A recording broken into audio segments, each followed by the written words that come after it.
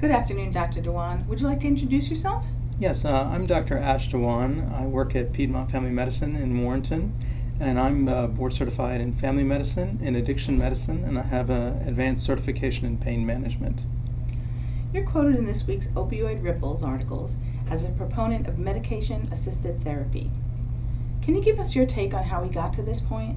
How did the opioid crisis become such an epidemic? It's a great question. So it started in the late 80s with a couple of studies that came out which showed that physicians were greatly under-treating pain. And there were some studies that showed that the risks of addiction to opioids specifically was very overblown.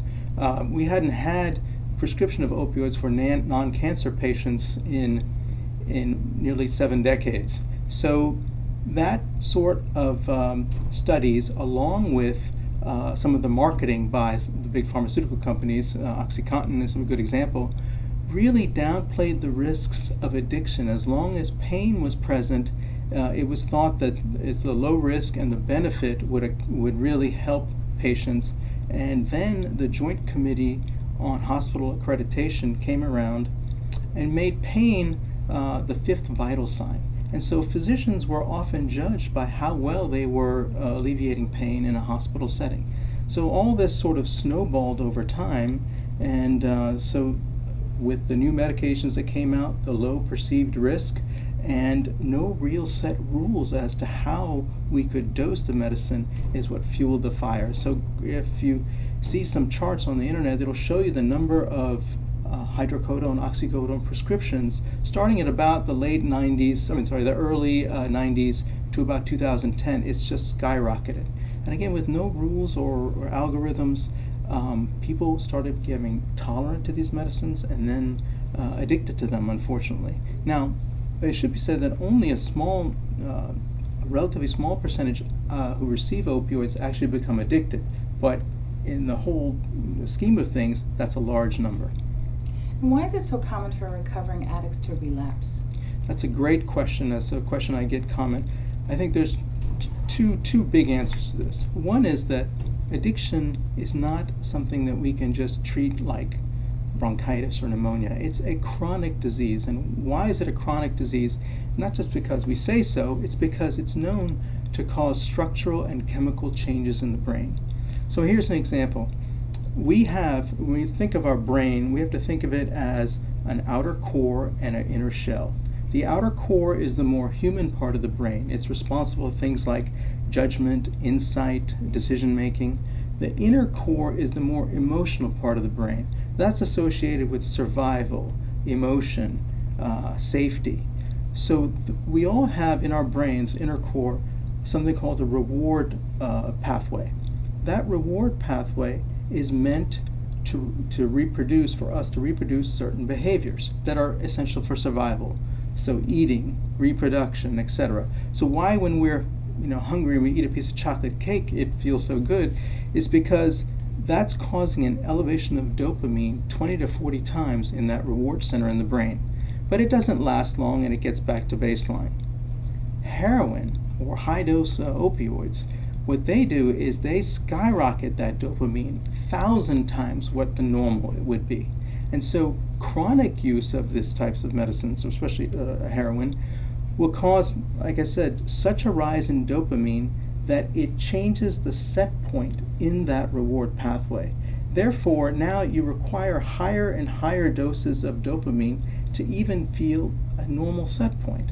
So that changes, and so that changes in the brain, but also it activates a chemical called glutamate, which causes hypermemories to occur. So what does all that mean? It means now that nothing in your daily life, no natural rewards, really meet expectations or rewards. And then reminders of use, of when you used, that kicks in and causes cravings to occur.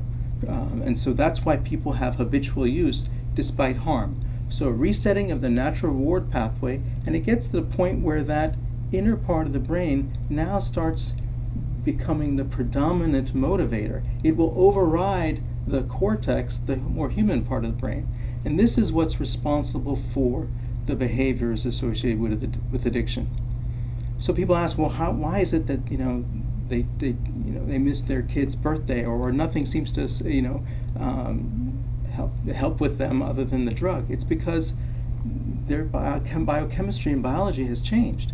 Now, if someone goes into detox and gets off of the drug, or someone gets in treatment, yes, they're off of the medication or the drug, but that set point has not reset. It will take, if someone's been using heroin for 5 years and they're in detox and they go into some treatment for 3 months, that set point is still sky high. It's going to take a long while for that set point to reset. And this is what, unfortunately, the tragedy is. Most people are like, well, he's been in treatment, what's the problem now? Why he can't control it?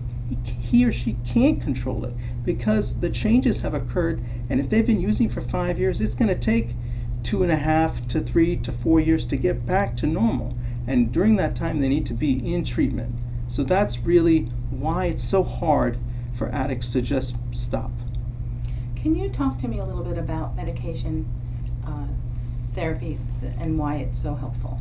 Absolutely. Currently is 3 medications approved by the FDA for treatment. One is Buprenorphine Naloxone, one is methadone, and one is naltrexone. Methadone and buprenorphine naloxone are very helpful in terms of controlling cravings and withdrawal symptoms. When patients are undergoing cravings and withdrawal, nothing really else is going to matter to them because they can't even think straight or see straight to be in any kind of counseling or other treatment. So those are very useful for getting them out of the emergency situation and getting them medically stabilized. So we refer to those two as medical stabilization. And then at that point, they get into counseling and more intensive therapy, which I'll talk about later.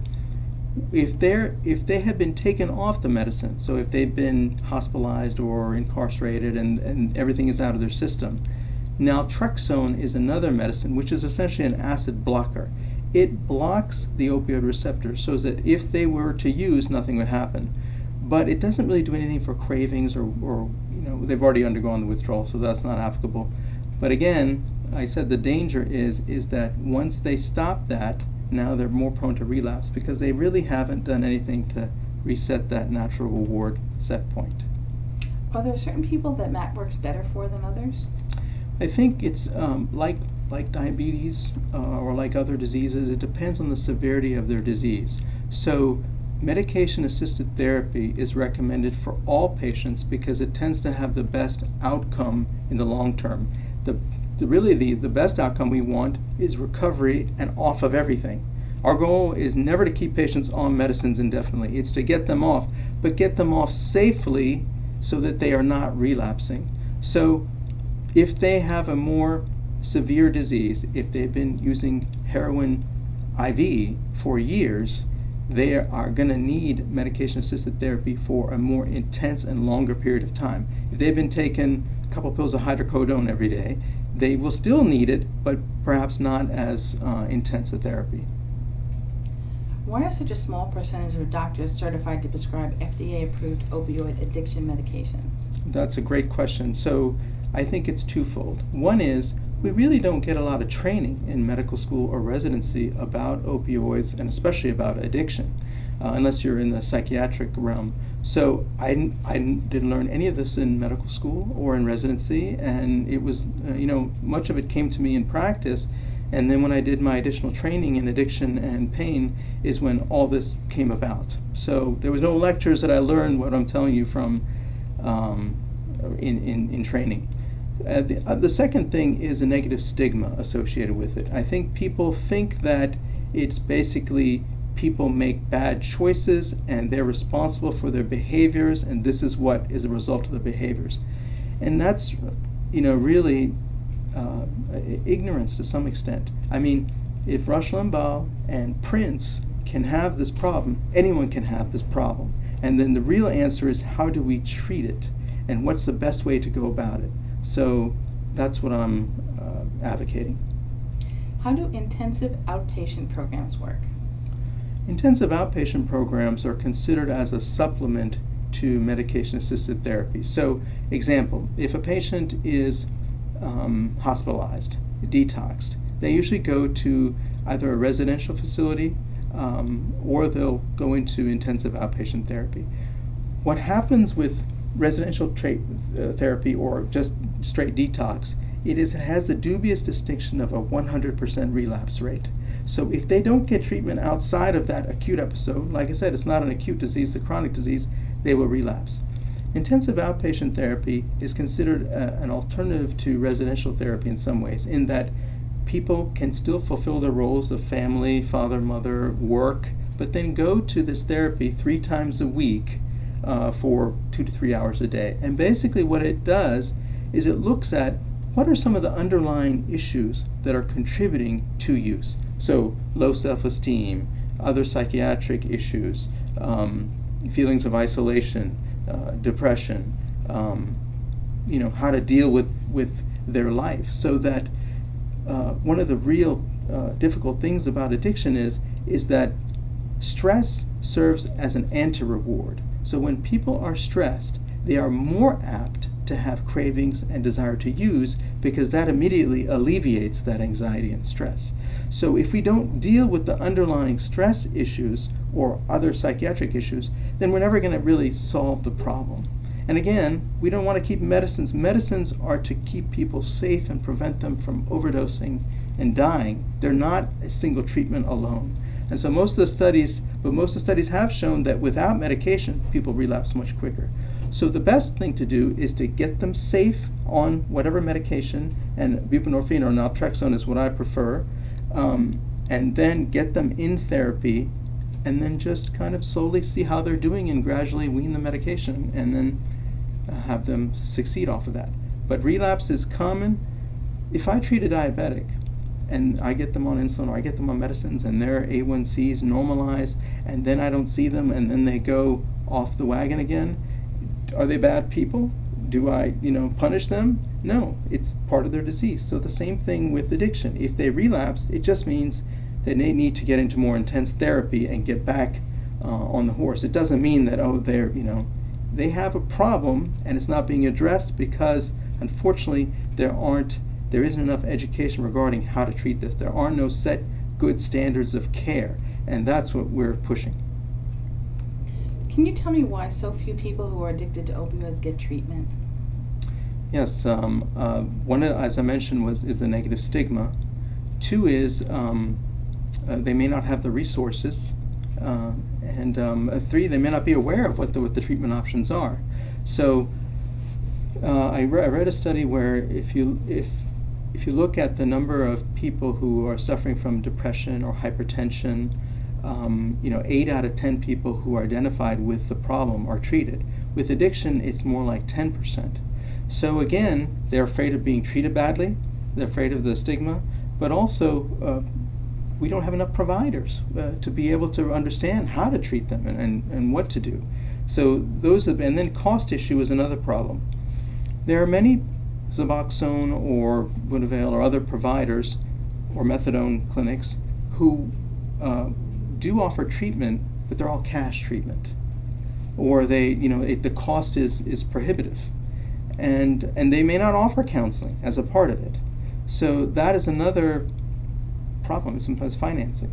So what I think is very important is that we take insurance, we make sure that they're able to get counseling, we keep the costs fair, and then we keep them affordable, and then we keep them in treatment as long as they can, and educate them onto because they won't really know all this stuff. They think they're bad people too, and so that makes them want to not get treatment either. So it's kind of educating the lay community as well as our patients. Well, thank you, Dr. Ashwan. It has been so nice to talk with you about this. Is there anything else you'd like to add?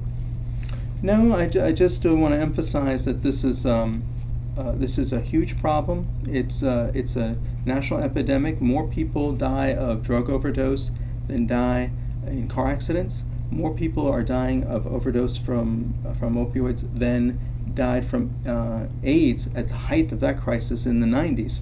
So, but there are effective, proven treatments that are available, and it's a matter of getting into treatment and having a provider, educated in that.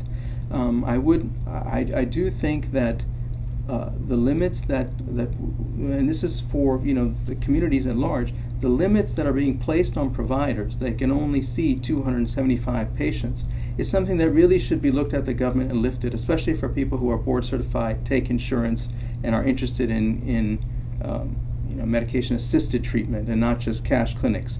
That would help increase the availability of treatment and proper treatment. Then we need to make sure that there are set protocols available so that whether they're in Fauquier County or whether they're in Warren County or whether they're in Fairfax County, that they're all getting the same treatment. If you go to Stanford or you go to Harvard or you go to Fauquier, the treatment for a heart attack is the same.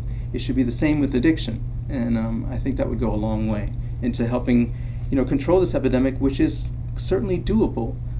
It's straightforward. It's just not easy. We got to get the word out and that there is effective treatment strategies available.